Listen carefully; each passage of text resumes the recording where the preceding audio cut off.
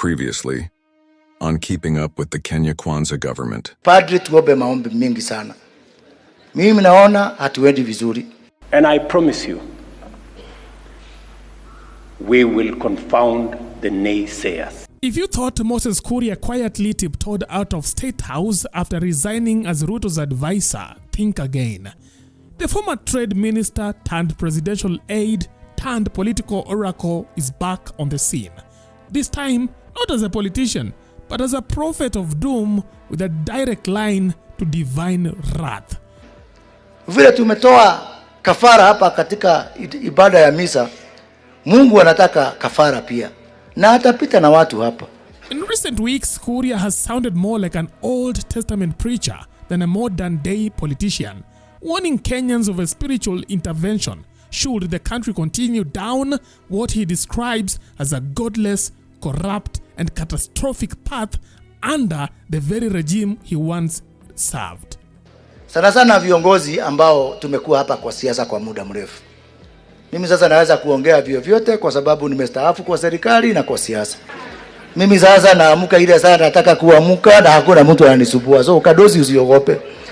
Lakini nataka kuambia viongozi kwamba hii nchi sio yetu. Hii nchi sio wazee. Hii nchi ni ya watoto wetu. Na ile miaka tumekuwa na mtu kama Kadozi kwa uongozi ni miaka karibu 30 na kitu. Tulikuwa na nafasi ya kuiharibu hii nchi. 1992 hatukuharibu. 1997 hatukuharibu. Hiyo miaka yote hatukuharibu Kenya. Kenya imesimama. Isikuwe ni sisi sasa tutaharibia watoto wetu nchi. Wacha tuachie nchi.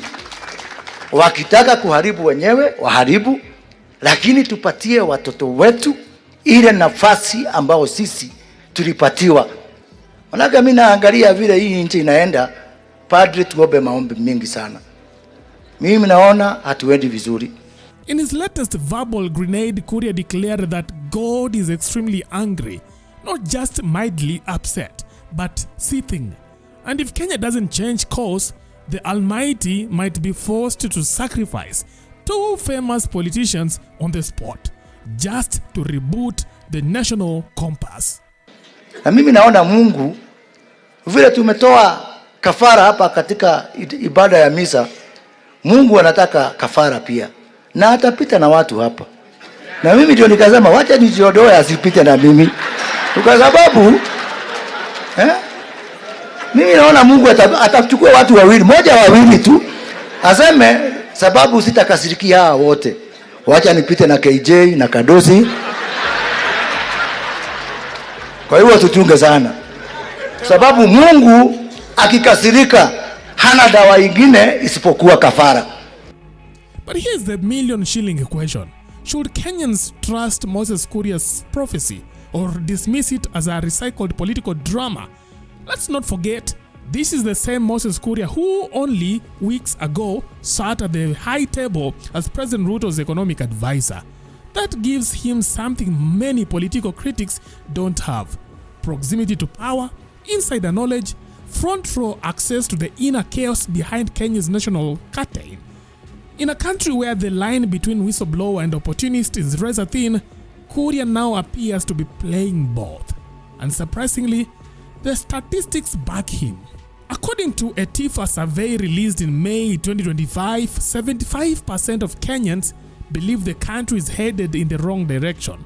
Only 14% said we are on the right track. And honestly, we would like to meet those 14% and ask what planet they live on.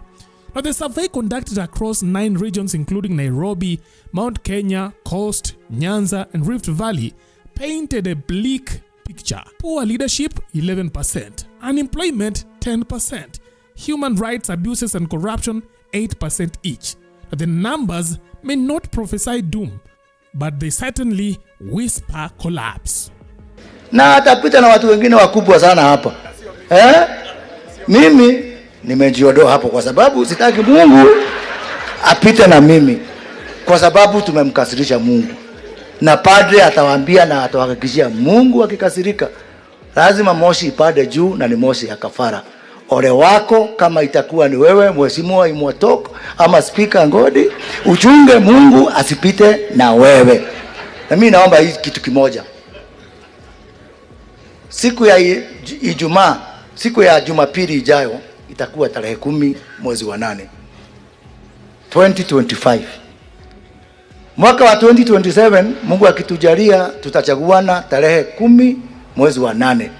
Tuko miaka 2 imebaki. Tafadhali wananchi, wewe uwe wa 1 term, wewe uwe wa 2 term, tusimame na Kenya long term. Mungu abariki na Mungu alinde. Asante sana. Kuria's dramatic sermon comes at a time when Ruto's government is knee-deep in financial scandal, with new revelations pointing to gross misappropriation of public funds via the e-citizen platform, the same digital infrastructure once hailed as a revolutionary service delivery model. As if that wasn't enough, the US Senate is circling like a hawk. Washington is probing Ruto's alleged backdoor dealings with Sudan's RSF militia, led by the controversial Hemeti. Now, if true, it would put Kenya's diplomatic standing with the West on a one-way flight to isolation. And let's not forget the bloody protest, the dozens dead, the mass arrested, and the uncomfortable reality that Kenya may no longer be walking but stumbling through its democratic journey. Kwa nyumba haitusaidii sababu vijana wetu wanapotea, hatujui tu wanapotea aje. Unakuta wamechukua vijana wetu, wameenda kuwaficha, mzazi anatafuta hawapati. Despite the storms, President Ruto remains unshaken. In his view, Kenya is not just surviving, it is thriving. According to the heads of state, Kenya's economy has jumped from 8th to 6th in Africa. I am pleased to state, without equivocation, that if the Kenyan economy were a living body, its vital organs would confirm robust health. We are now ranked the 6th largest economy in Africa. Our inflation has declined significantly from 9.6% in 2002 to 4.1% last month. In fact, it was at 2.8% earlier this year, and we are well set on placing ourselves among the stable, vibrant economies in Africa. And over 400,000 youths have been employed under his watch. 400,000 wameenda kufanya kazi nje ya Kenya. 400,000. Mimi nataka wewe Chege, nataka vijana wa kanisa hii ya AIPCA wawe kati ya hawa vijana wanaenda kufanya kazi nje.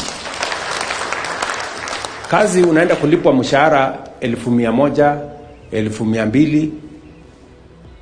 Ni pesa kidogo hiyo? Ni pesa kidogo?